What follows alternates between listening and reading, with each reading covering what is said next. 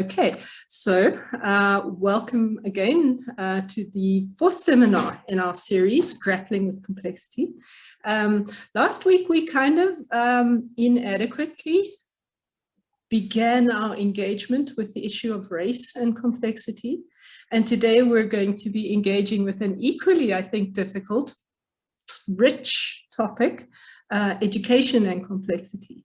And we're going to take Hayley Lochhead as our sage guide or meddler for today.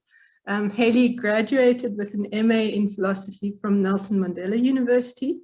She added a teaching qualification at the University of Cape Town and has worked for quite a few years now as a teacher. And she's currently at the Green School in South Africa. Before I hand over to Hayley, I'd like to reflect tiny bit on last week's seminar, and also take the opportunity to thank Glenn for sounding the note of, what could we call it, maybe alarm, that ran through that seminar. It essentially took the form, this isn't working. And there's a great deal condensed in the sound of that note. I want to point out just one of its effects, which was to highlight an experience of an interesting principle of complexity.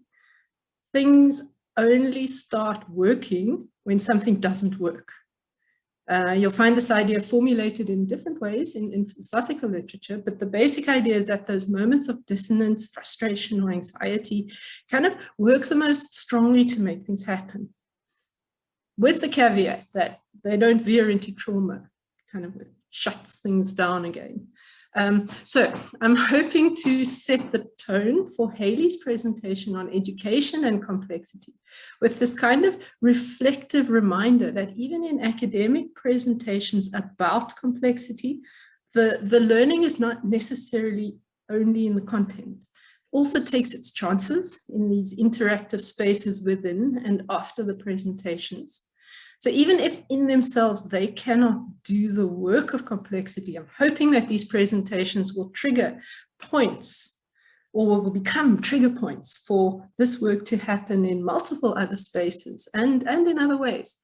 And I think I'm hoping that this is one of the significant connection points with the notion of complexity in education, or education complexity. So with that, I'd like to invite Hayley onto the screen to share some of her experience and wisdom about education and complexity. Thanks very much for joining us, Hayley, and over to you. Thank you. Thanks so much, Andrea. So I think I'm going to kick off and just say thanks so much to all the speakers that have already delivered papers. It has been a really, really rich and exciting opportunity to listen and learn so far, and I'm really looking forward to all of the talks to come, and also just want to voice excitement at the prospect that we could go further than these talks themselves. So as Andrew's already mentioned, I'm going to be talking about education today, and particularly high school education, mainly because that's been my daily reality for the better part of the last decade, and then sporadically before that. And it is a context in which I believe complexity thinking can and should have an enormous social and intellectual impact. So I think I'm going to start with something in the way of a disclaimer first. So much of what I'll be speaking about today is based on my experience in South African schools. And while I'm hopefully now on some kind of path to formalizing it in a broader and far more thorough research project, the observations I'm going to be drawing on are mostly personal ones. And I'd like them to be part of a larger conversation about how schools prepare for university, prepare for life, etc., etc.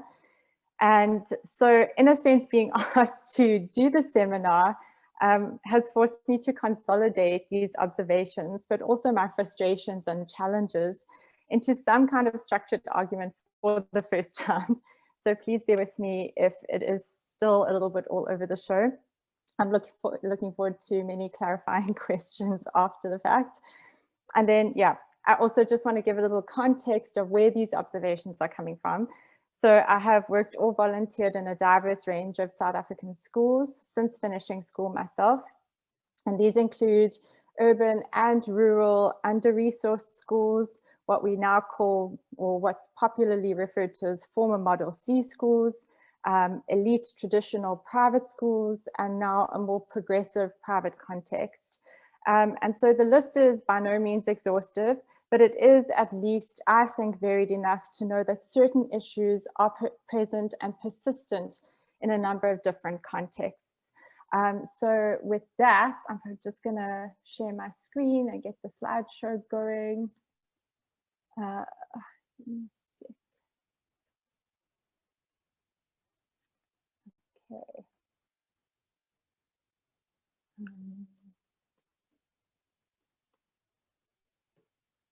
Okay, is that there for everyone?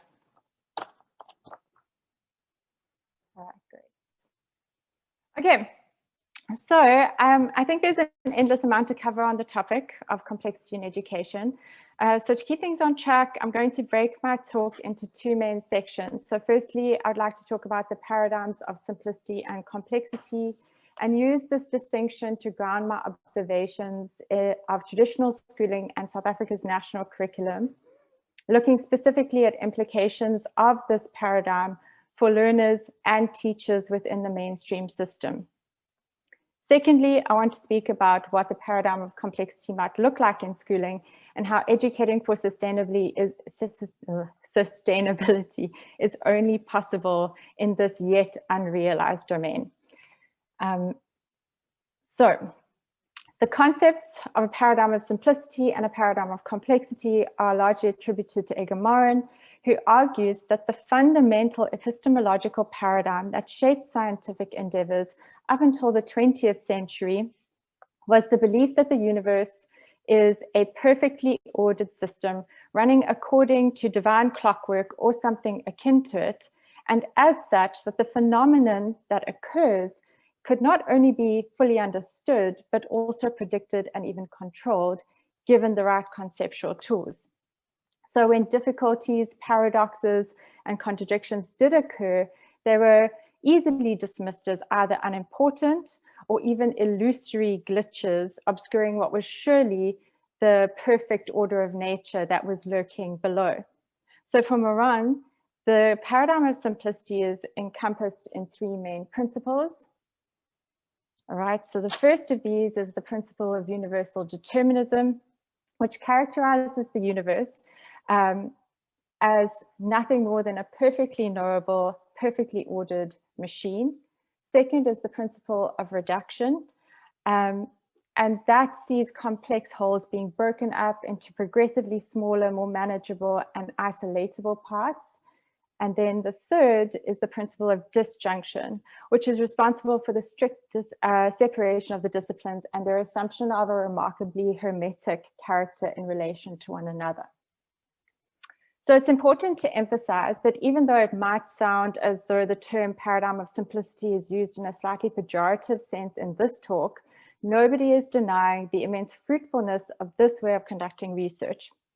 The point that Paul Salea makes so insightfully is that it only becomes problematic when the successes of the intellectual pursuits within the paradigm of simplicity effectively cement the illusion that all phenomena are underpinned by this hidden order and a universal set of laws that can be made explicit.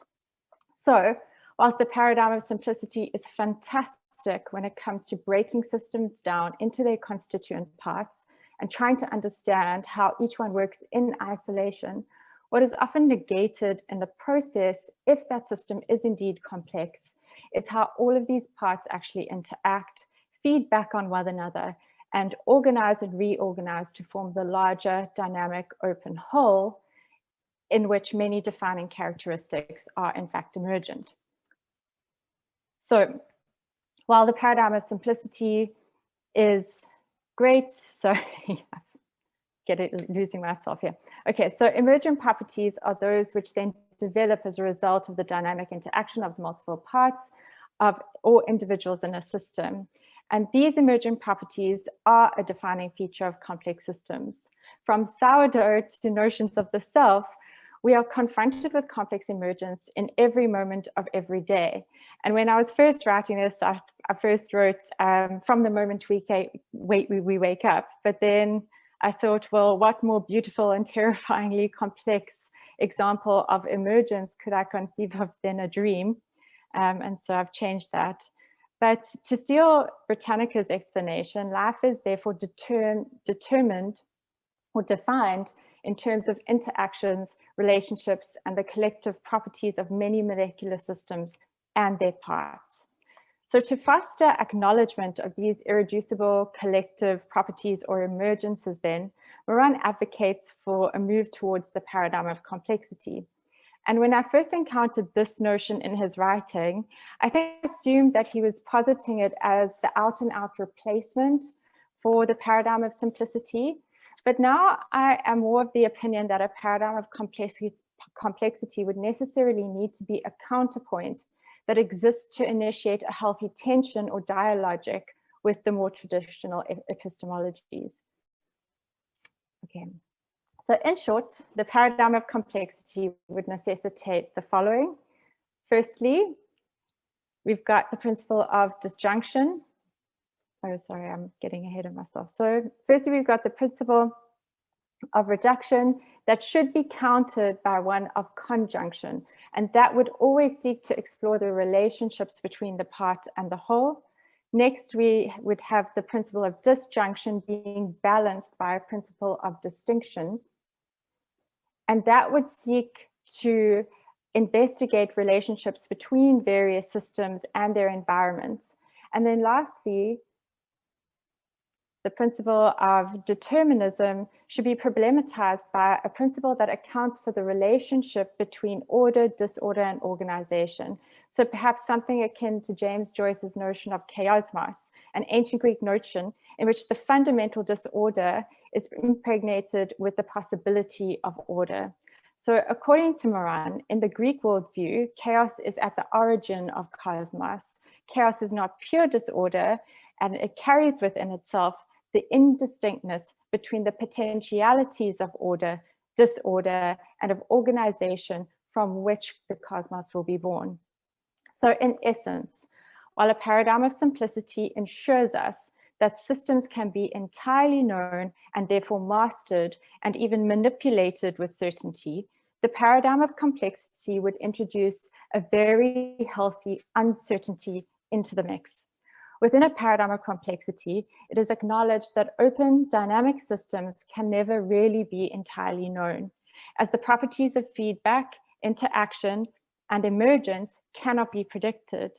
The knowledge of complex systems, therefore, is never complete, and mastery becomes an impossible goal. This is not to say that an effort to understand to the best of our ability and to keep understanding as new information inevitably arises should not be made. But there is a humility and a challenge that comes with the incomplete process of knowing. So while attempts to manipulate such systems might still be possible and even necessary in some cases, the humility that accompanies an incomplete knowledge should also factor into decisions to intervene in contexts where a full range of outcomes is always fundamentally unknowable. So with that grounding in place, I ask the question, how does it relate to schools? I would argue that most traditional educational structures fall pretty comfortably within the paradigm of simplicity. The first and most obvious instance in which this is evidenced is the strict disjunction between subjects that grows more impermeable and specialized as the years pass. For the most part, teachers in one subject are largely ignorant of what is happening in the others and teach common skills and content in complete isolation despite the inefficiencies of doing so. Even when learners are given broader modular choices in more progressive environments, and one cannot overestimate the value of autonomy and choice when it comes to learner buy-in, educators are under a lot of pressure to structure such modules in a way that they can be seen as part of one of the traditional subject streams. And so the schools can in turn be seen to be adhering to the mandated number of hours designated to the teaching of each subject in the national curriculum. The blurring of subject lines is not simply discouraged, it is actually not tolerated.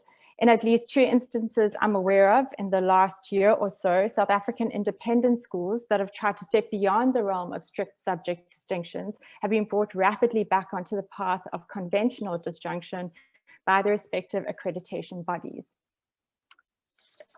As a result, learners are conditioned to understand their school subjects as unrelated, disjointed, radically distinct, sometimes even opposed, and they are seldom encouraged to identify the contextual connections that could be so fruitful between them. Thus, it is possible for a cohort of learners to study a Wilfred Owen poem in one lesson, a Virginia Woolf novella in another, the First World War in history, the science of propulsion, flight, and impact further down the line, do some light reading into Dadaism for some art theory, and maybe even cover something like PTSD in another life orientation class. But at no stage, though, will any of these learners have explicit guidance in putting all of these ostensibly disparate elements together in order to develop a full, rich picture of the relationships between ballistics, the horror of trench warfare, and the impact this had on the culture, art, psychology, world politics, and human society as a complex whole. So, in the race to cover content in respective subject silos, the possibility of creating rich, relevance-enhancing connections and understanding the fundamental interconnectedness of human realities is lost. Similarly, human society and its emergent nature is never the focus, and thus learners are rarely aware of how the subject matter relates to their own experience and a wider reality. With this strict separation of subjects comes the attending reality or deterministic narrative, depending on how you look at it, that particular subject choices by the age of 15 will determine your career trajectory and by default, the rest of your life. Even more alarmingly, the path toward these subject choices has even taken on implications for what kind of person a learner might be, with that old binary chestnut of whether one is arty or creative versus analytical or logical, retaining as much allure now as ever. The upshot of this, and forgive me if these terms have become a little bit hackneyed, is that learners develop an incredibly fixed or static mindset about not only their supposed abilities or capacity for learning, but also their entire identity and what their future prospects might be. And thus we have learners as young as 13, but probably younger, who have internalized the idea that enjoying or excelling at a subject like mathematics means that they will never be creative, or that in gravitating towards the arts, it must imply that they will never be academic. So, teachers and teacher training certifications have some very deep reflecting to do when they're faced with this reality. Sure, we are taught about Vygotsky and Piaget, but never are we encouraged to reach out to our peers in other subject domains to try and figure out where curriculum connections could potentially exist and how we might be able to use them strategically and collaboratively to scaffold student learning across multiple subject areas. Finding the time and perhaps the willing co-conspirators in this little act of complexity rebellion is probably the biggest challenge for any teacher considering taking this leap. And then we also have the reality that the content-heavy nature of the curriculum means that any deviation is also going to be a risk in falling behind, or one risks falling behind. And then you have learners, parents, and employers losing faith in your ability to deliver the goods, i.e. the marks, aka the only thing anyone seems to care about. Which brings me to the notion of mastery, or the possibility or impossibility of complete knowledge. The second fundamental element of the paradigm of simplicity that is clearly in evidence in the mainstream schooling structure. In any school that purports to prepare learners for tertiary success, the myth of mastery or complete knowledge is dangled as a little motivational carrot in the form of those coveted A symbols that inevitably become the learner's passport to success. So far from signifying anything close to mastery within the already limited subject areas on offer, these marks are probably most accurately a representation of a learner's ability to either perform under pressure or to effectively manage their time. And these are both admittedly handy skills, but they are not necessarily the only ones that need to be honed for a period of at least 5 consecutive years. And this at the expense of many other more meaningful skills. Be that as it may, for any learner who has their sights set on a competitive course of tertiary study, the necessarily mark-oriented schooling journey is simply a means to an end. And I think that bigger questions need to be asked about what the effects are if they finally realize that that mastery is illusory. Just as an aside, in my experience over the last couple of years, we've heard of a really surprising or alarming number of duck scholars who have gone on to tertiary study and then experienced severe emotional or nervous breakdowns somewhere during the course of that process. And I think it needs to be structured in a more formal way, but I've got big questions around whether this illusion of mastery that they develop and that becomes part of their identity at school isn't somewhere near the root of some of those issues.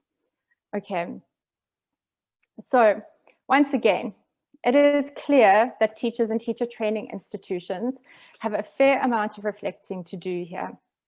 Because for all the talk of whether you're a guide on the side, so an educator who encourages active learning through open-ended questioning, the facilitated exploration of a topic, and constructivist approaches, rather than the sage on the stage, which would be an educator who treats learners as empty vessels who need to be filled with knowledge, there are very few educators who are truly comfortable with uncertainty.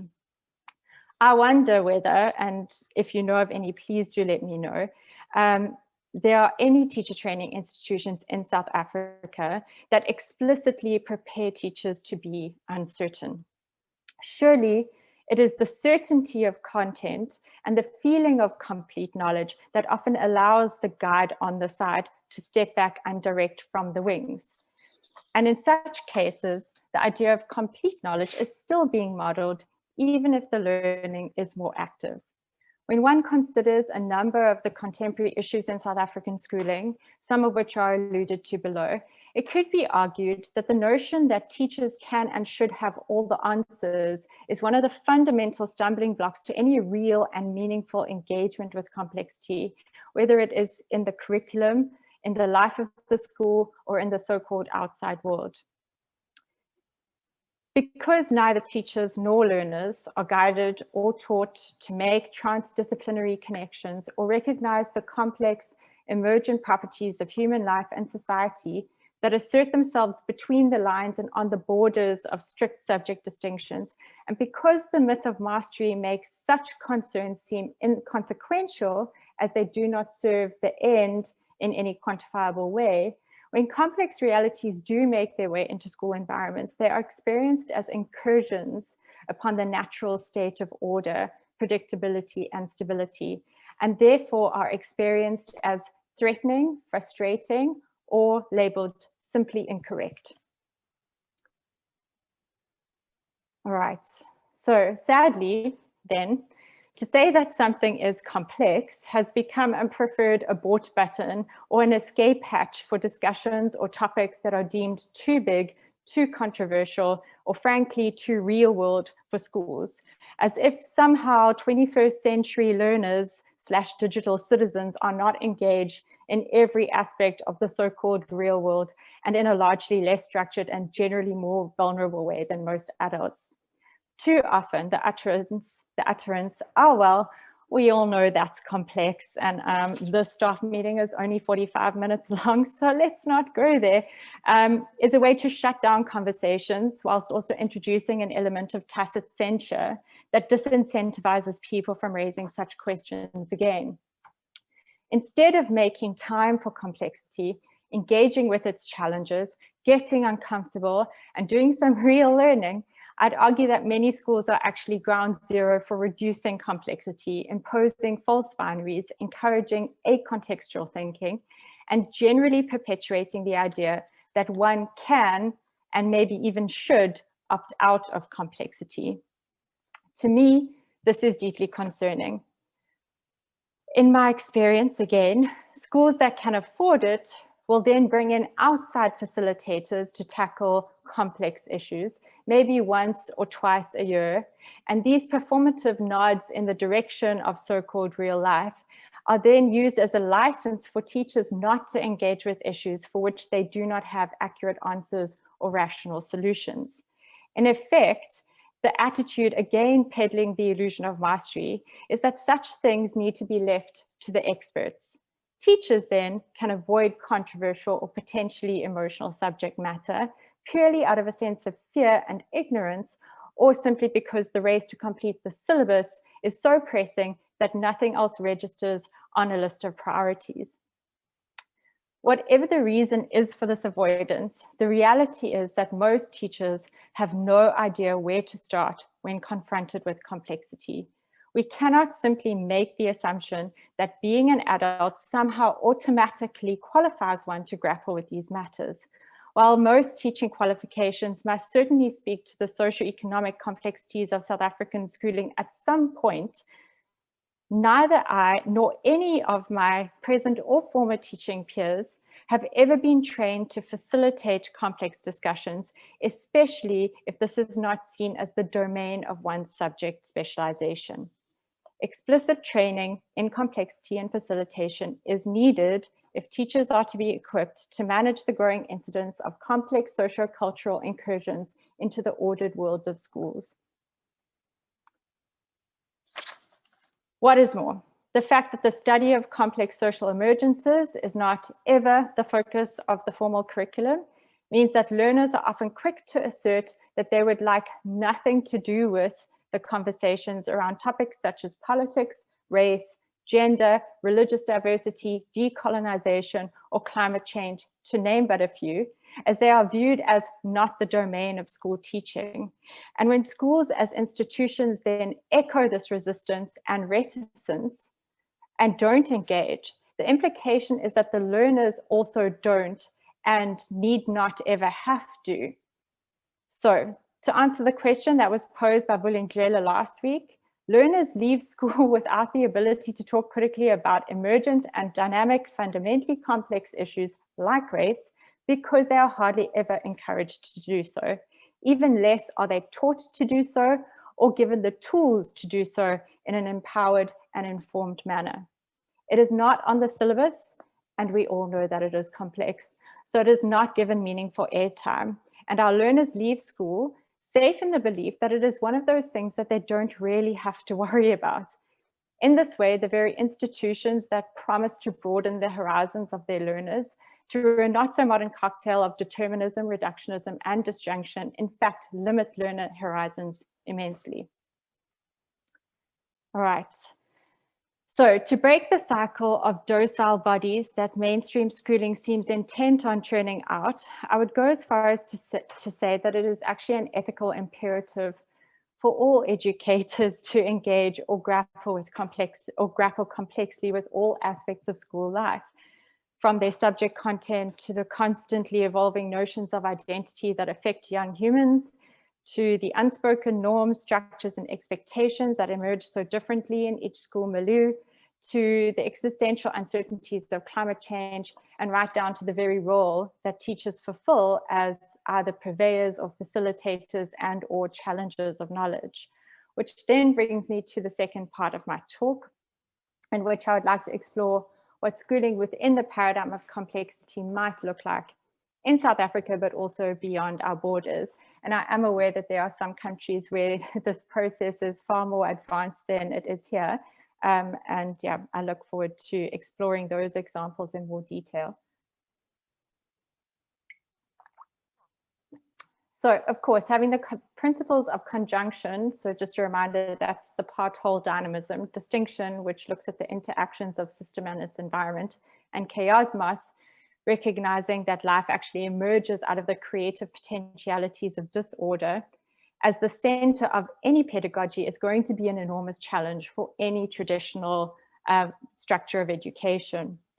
And here I would like to draw on Morin's notion of a scienza nuova that does not suppress disciplines, but connects them and consequently makes them fertile, as it seems clear that this kind of inter or transdisciplinary thinking is probably going to be the cornerstone of any adventure in complexity education.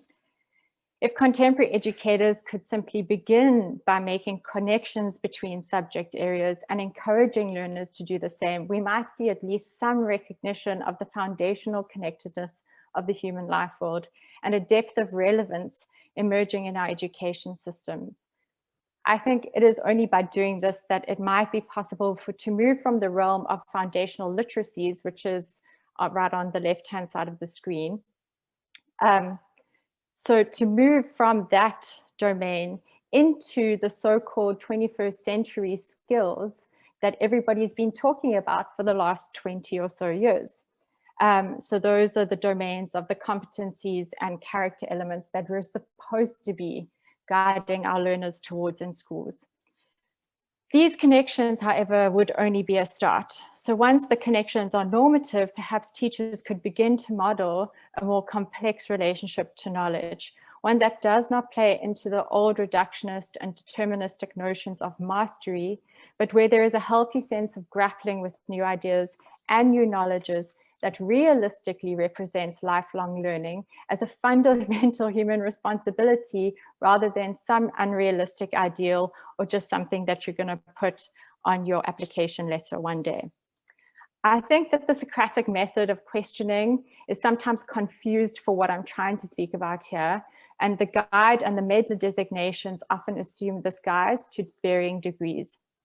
But the role of the teacher within complexity pedagogy would need to extend beyond feigned ignorance or contrived conversations, and perhaps even extend into the realm of real ignorance, which might sound impractical to some and fairly alarming to others. But if teachers could model how to overcome ignorance, so how to take the first steps into new levels of understanding, how to use the time available to them to develop understanding as critically and comprehensively as possible, education might actually be creeping closer to fulfilling its mandate of preparing its learners for the uncertainties of the future.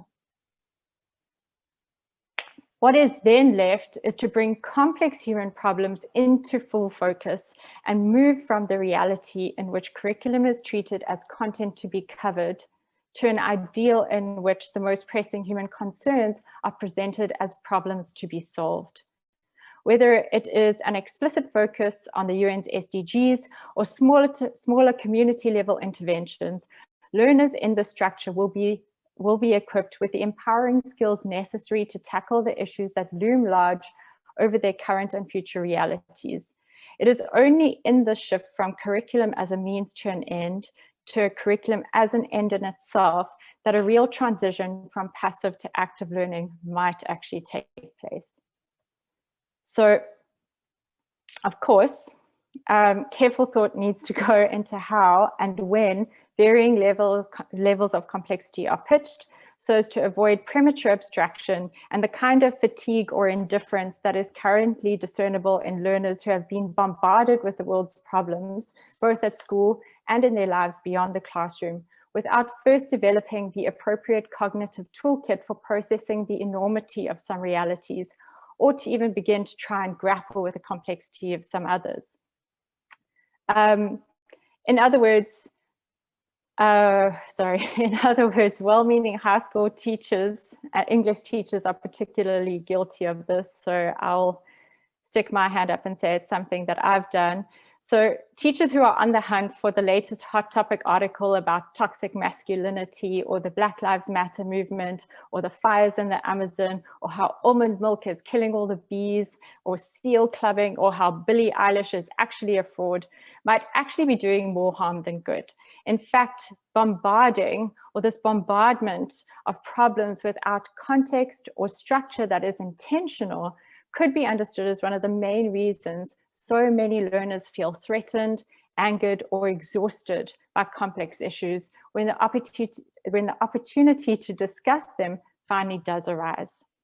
In the vein of David Sobel's argument in Beyond Ecophobia, then, a scaffolded approach to complexity that spans the whole education journey is probably going to be essential to the project of complexity in education.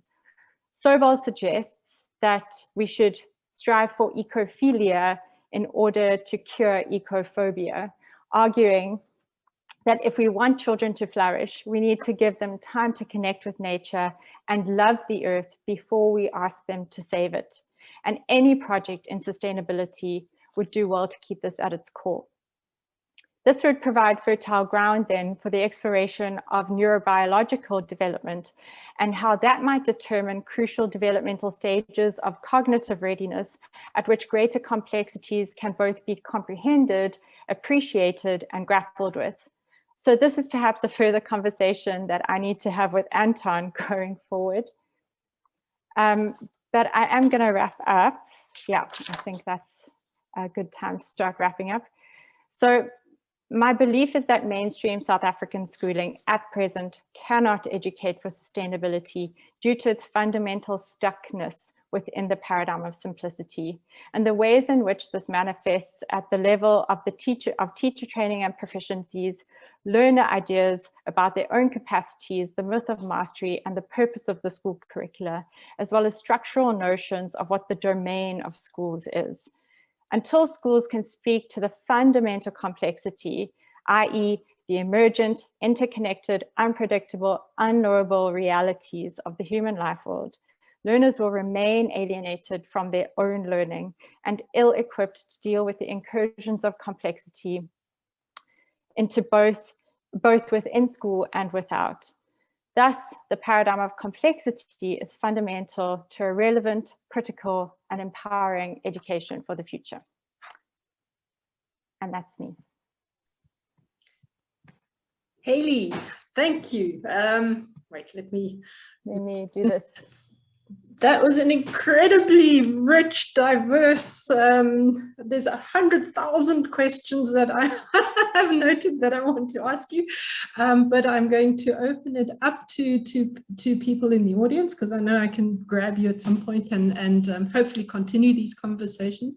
One thing I want to note is that the thing that really just inspired me was the note on which you ended, which was to say you need to learn to love the earth before you can decide, you know, how to save it, to take responsibility for it, all of that. I think that's a wonderful insight. It's something that I haven't thought about too much, but this idea of an emotional education is something extremely important, I think. So that's my 2 cents worth. I'm going to go into the chat session and invite, let me start from the beginning here, invite Vulindlela to maybe chat to you. I think we've got enough bandwidth for him to actually speak to his question. So Vulindlela, would you like to unmute yourself, etc., and come on screen? Okay. I was just hoping that people would just read out what would you like me to read it? Yes, you may. Okay, because you've forgotten what you said. Hey, I was listening, and it's yeah, I'm teasing you. Okay, let me read it. And so he's talking about, you know, I didn't want to read it because of the blooming pronunciation. Paulo Freire,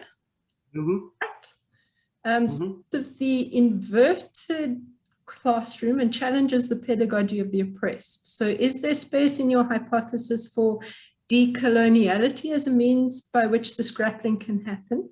You're saying, I'm also thinking that particular circumstances are affected, but by a sort of sociological baggage that this country faces. So my thinking was that a teacher in a densely rural space is not necessarily working to the same expectations as one at St. Stithians, for instance. There may be far too much diversity in the learning project in South Africa, historically as well as sociopolitically, for us to assess the real problem at hand. So I kind of, when I was listening to you, I was thinking to myself that maybe you're speaking from one particular viewpoint. Of course, you've said that you were speaking personally, But, you know, I think that with the demands that are placed on education in this country, whether people see teachers as, you know, at the moment, it's kind of like this very horrible space of, you know, teachers are in loco parentis, and are supposed to kind of like make sure that students are kind of kept busy between 8 and 3 o'clock in the afternoon, sort of thing. And yet there are those of us who are passionate about the idea of transfers of knowledge. The circumstances within a rural community might not be the same as someone who might be, you know, afforded the ability to improve upon themselves as educators. That was my first point. And if I can jump to the other point that I put in here as a question. So I also said that surely education and the values that we ascribe to in education reflect our own human needs and demands. Are we not as educators catering to a market? Okay, so there's a human market of knowledge and all the rest of it that needs to sustain itself and not necessarily deal with the new and sustainable. So there's kind of that sense of why do we teach what we do, you know, and where do the value systems lie within our sense of education? That's all I really have to say. Thanks. You're on mute, Hayley. There we go. Hayley, yeah, you'll have to unmute yourself. There we go. No, I just said just a few small things there, Valentina. So I think I've got the chat box open here, so I'm going to go a little bit by little bit. Definitely, I think that to speak of Paulo Freire and the potentialities of an inverted classroom where the teacher is it's not teacher-focused education, it's learner-focused education. And then I think that taking the idea that kind of power dynamic between teacher and learners out of the learning experience definitely has, I think, applications across a whole bunch of critical learning outcomes. I think that the project or the kind of push towards finding out what a decolonized education could possibly be would necessarily need to look at that as one of its tools in the toolbox. And so I think that anytime we're speaking about education, we're speaking about a kind of a system that is imbued with some pretty old notions of what learning is and how it should happen and who should be overseeing it. And I think it's one of the biggest and most problematic legacies of the colonial era, because in a way, schools are, especially in a context like South Africa, are largely colonial in their nature, if not only in their inception. And the idea of tradition runs so strongly through a lot of our schools, and a lot of the even newer schools then try and recreate that strong sense of tradition as well, and recreate those same notions of excellence and what we should all be striving for. So I think that the question of, I think our universal ideals in education is fundamentally part of this idea of decolonization in both universities and in schools, and definitely then has huge knock-on effects for how we create curricula that is applicable to a context as complex as South Africa's. When you look at, I mean, there's no, and I think this is one of the things that even in my context now is a struggle, because this project that we're embarking on in Green School emerges out of a kind of what might be considered a monoculture. So how do you take something that has emerged in that context in a very small place like Bali and then kind of adapt it for a place that is so overwhelmingly complex and fraught as South Africa? And so, yeah, definitely something that we need to keep asking ourselves and keep investigating. Then I'm thinking about your reference to exactly that, the kind of amazingly differentiated realities that we faced here in South African schooling. And I absolutely agree with you that there are certain kind of needs in certain contexts that might not allow for a universal application of complexity in the way I'm talking about it. However, if I can just refer to my experience in various contexts, I don't think that the demands of being in an under-resourced environment are so insurmountable that certain moves towards initiating complexity, at least almost like reflections on the curriculum as it is delivered. I don't think there's enough to keep us from trying to do it, at least. I completely get, having been in the rural Eastern Cape, seeing what, teachers commuting for 3 hours a day, that kind of reality, learners who can't get to school if it rains, those very real challenges just to delivering the curriculum we have, and also seeing where CAPS is actually in context, I think best in those environments. So I don't think that moving towards exploring complexity would negate any of that. I think that our challenge as people who really believe in the richness of this style of thinking, I think our challenge then is to try and conceive of different complexity solutions to implement, not as a way of saying, okay, we're taking this syllabus away and now you have to teach this one, and basically traumatizing an entire generation of teachers, but to say, hey, look, let's perhaps look at maybe an after-school program where we're trying to make curriculum connections, or let's perhaps schedule in a couple of lessons a week where we pick and choose where we're going to make these curriculum connections, and we work that way. I don't think that that is beyond the reach of any school in South Africa, and perhaps, I mean, it is perhaps space for, I think, interested parties to move in maybe the NGO territory to kind of lead or to work with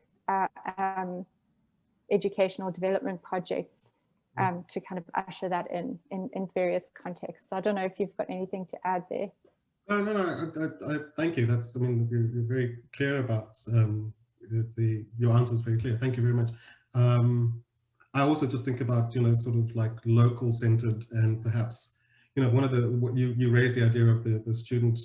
I went through a teaching process, teacher training process, where we were given certain examples of the educator sort of pointing at the landscape and saying, go there.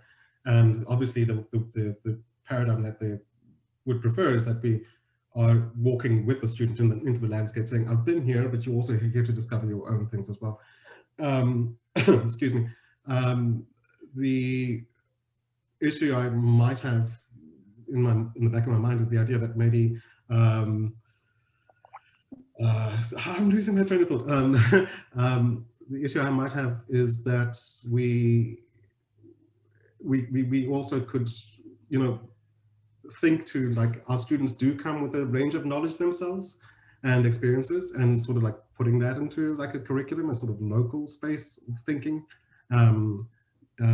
to cater to those needs. That's kind of my thinking. It's sort of like I don't believe in empty vessels. I think that's something in terms of knowledge comes from the student process as well. But thank you very much.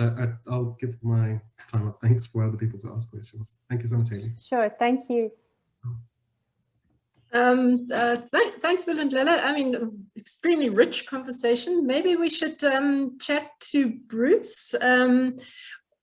It's about metrics, about measurement, and the awful necessity of that, and how does that work. But Bruce, maybe you can speak to your question. Sure, thanks. Yeah, all I wanted to raise was the context in which teachers are actually trained, and teachers, do what they do within classrooms. I mean, from a governmental and, ministry perspective, you always want to be able to measure things in order to assure, your taxpayers that they're getting good value for money, or, whatever it is. But that seems to me to require this fragmentation and this focus on specific areas. It's much easier to measure something when you've got boundaries put on it. but teachers teach for the future. They don't teach for the past. And the future is a future in which, you know, humans are integrated beings. So I don't know that I have an answer to this. I mean, I mentioned Deleuze and Guattari's, you know, structure of the molar and the molecular, which I think might give some idea of what's going on. And there's actually a lot of work done on Deleuze and Guattari in education. And so that might be worth looking at in terms of how you break apart and make complex that space, which, you know, the forces that be always want to simplify in order to measure.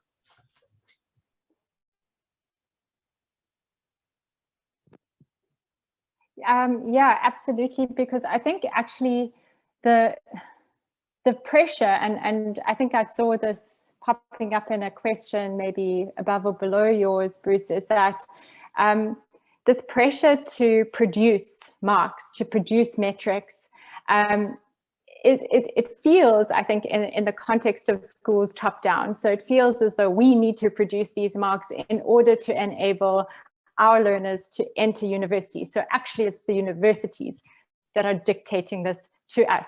And then the government is there, you know, and so the idea is that then maybe it's the government dictating to the universities that they need to have these very strict kind of rigid application or acceptance metrics. So to ensure, especially in a situation as complex as South Africa's, that there is equal opportunity across the board, or at least that it is a standardized opportunity, rather, maybe that's the better way of talking about it, across the board, so that no one can turn around and go, oh, actually, you know, that person got in unfairly or was treated preferentially. And I think it's a sticking point in South Africa, if you don't mind me just referring to some local curricular politics between, for example, the schools that do the national curriculum and schools that do an independent examinations board curriculum, you know, so there are claims about one being better, one being more advanced, and as a result, learners not achieving as highly as they do in the national curriculum.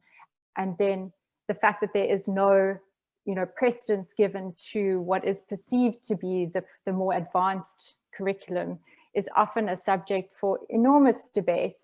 And so I think this idea that we need to have a completely standardized metric that's going to make the journey beyond school as fair and equitable as possible is definitely front and center in at least teacher thinking about where the kind of propulsion towards measurables comes from. The question I think would like to pose is, really, do we have to measure content over skills? So and I suppose maybe I can answer my own question. Sorry, this is my brain, is that content is objective to a degree that maybe measuring skills isn't. But I feel as though if we were to try and measure the skills of learning instead, the content wouldn't necessarily be the thing that's driving the curriculum. It's a learner attainment, say, of the skill of problem solving, or it's a learner attainment of the skill of collaboration. And whatever they then apply that to then is less important. And I feel as though perhaps in an ideal world, if we could move towards a measuring of skills rather than content, we might still be able to get some kind of metric that isn't necessarily as arbitrary as it feels right now. I don't know if that answers your question at all. Yeah, thanks. Yeah, thanks. That's great. Thanks. Sorry to intervene. We're edging towards running out of time, and I would very much like to ask Glenn to talk to his note. And Glenn has this uncanny ability, I think, of sounding a bell that I think there is some kind of no, I'm babbling, sorry, but some kind of bell that you sound that just hits the right note like that. And this seems to be Glenn. This idea of teaching for the future and not for the past, to me, that's incredibly rich. And yeah, Glenn, I'd love you to speak to that, and maybe Hayley, and we could end on that very important note. Thanks, Andrea. You're putting me on the spot here. I really didn't have much to say because it has been such a rich and dense conversation already.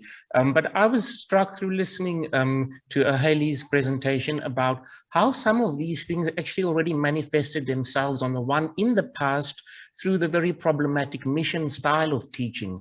I was thinking about your eco-pedagogy especially, which if you go back in history and you look at the idea of the open air classroom or the idea of people who were actively involved in agriculture and farming, it was a core part of what was happening even around the school and even in terms of how educators framed what it is that they were doing with their pedagogy. But then I was struck by what Bruce was saying, because the decolonization movement in education is perhaps grappling with this very complex nature of how do you teach for the future? Because we are already struggling with what our present is, and we've got this very problematic past. And I wanted to ask you, Hayley, what your ideas were about the concept perhaps of what has now become very fashionable and perhaps essential because of the lockdown movement across the world with the pandemic, with homeschooling. How do you think homeschooling feeds into your ideas about complexity and this sort of a creative approach to teaching and learning? I hope that makes sense, but thanks for a very rich talk. Sure.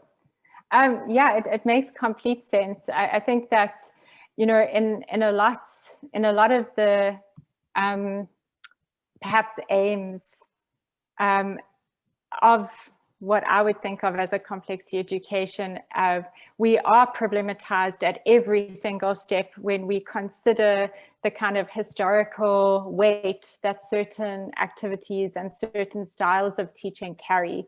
And I think that trying to engage openly and explicitly with those is the only way that you could perhaps resurrect what was valuable without the kind of, without the terribly damaging underlying implications of not dealing with it. So I think that the more, as soon as we move in a certain direction to be as self-critical and self-aware as teachers who are advocating for certain ways of teaching, is going to be a hugely fundamental part of the process, which is why teacher training, I think, is such an important thing to consider too. And then to speak to your next question, sorry, I'm moving one step ahead of myself, so I just want to remind myself, do you mind just reminding me what your last question was? The last question was about the homeschooling. What is the role of homeschooling in the philosophy? All right, yes. So I think that up until, well, actually, you know, it's ongoing. Homeschooling has been perhaps an avenue explored by parents who are disillusioned with traditional schooling. And so in a way where they can see the shortcomings of traditional schooling, or they can see clearly that their particular individual child is not cut out for the kind of rigid divisions of the traditional educational structure, homeschooling then becomes that option.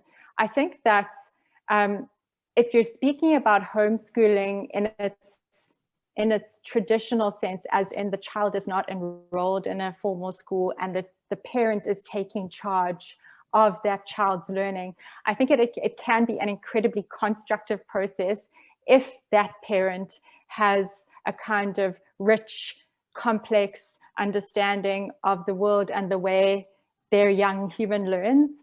But the converse of that is that often I think it is actually a way of removing a child from the world. And that can be enormously damaging in its own way. So we've experienced it, or I've experienced it in previous schools, where parents simply don't want their children exposed to anything. So whether it's exposed to other cultures, other sexualities, other religions, homeschooling can also sometimes function in a way to remove a child from the world and also then limit their interaction with complexity. So I think it's a both and. If you are talking about the online school, where essentially we're teaching via the mechanism of technology, I think that fundamentally changes the pedagogical relationship in a way that we're still trying to catch up with. And it also means that learners are sitting in front of a computer inside all day, which I think needs to be then definitely critiqued and tried to, we need to come up with solutions that are then going to broaden their horizons beyond the room, beyond the screen, and find ways of reconnecting them with the world in a safe way. Just having learners back on campus this year has made it clear that the effects of a year of online schooling are going to ripple through multiple years. Probably I think the effects are going to be seen for a long time. We're seeing so many different manifestations of what it has been, but I don't think it's a reason. I think, and maybe I should end on this point, even though it's a new point and you're not supposed to do that when you're concluding. But I think that a lot of the time when people think of education through a sustainability lens, there's this push, and it's a false binary push to move in the romantic direction of all your time in nature and childlike inquisitiveness and indulging the whims of your inner kind of curiosity, and negating what technology actually offers us for education for the future. And I think that that's an unhealthy binary as well. It's this romantic notion of spurning all technological advances in favor of returning to nature. And it's not a new binary. I mean, it's existed since the Enlightenment. I just don't think it's a realistic binary for now. And I think that if we are going to educate complexly for an uncertain future, technology has to be a fundamental part of that, and we need to be very intentional in how to use it. So that's Thank you. Thanks so much. Sure. Hayley, thank you. There's 100,000 more things that we could talk about. And as usual, we could talk about this for another 20 years. And I hope we are going to, because one of the even more complex things is that if you're going to change the schooling environment to include any kind of home thing, you're definitely going to have to change the working environment for poor parents who have to work at home and have children at home and school them and do their jobs. And there's been a lot of nightmare amongst parents when they realize, oh my God, it wasn't the teacher after all. So I think it's an enormous lot to think about. And I want to thank you gratefully for opening up. As Benita says on the chat, 100,000 things more to discuss. I have that feeling of alarm again. But yes, thank you very much. And I hope that we will continue this conversation outside of the seminar as well. And try to think about some kind of practical ways of integrating complexity thinking into our curriculums, into our university life. Lots to think about. Thank you so much. And yes, I'm going to do that awful goodbye, but perhaps it would be nice as an audience if you just sort of put on your videos and wave, at least so we can see you a little. Bye, Bruce. Bye. Thanks, Hayley. That was wonderful. Bye, Thanks, Anton. everybody. Yes, and maybe make a noise or two so you can put the screen bigger. Good to see you all. Bye, everyone. Bye. Bye, everybody. Bye-bye. Bye. Bye. Okay, thanks again, Hayley, and I'm going to end it now. Thank you. Bye. Bye.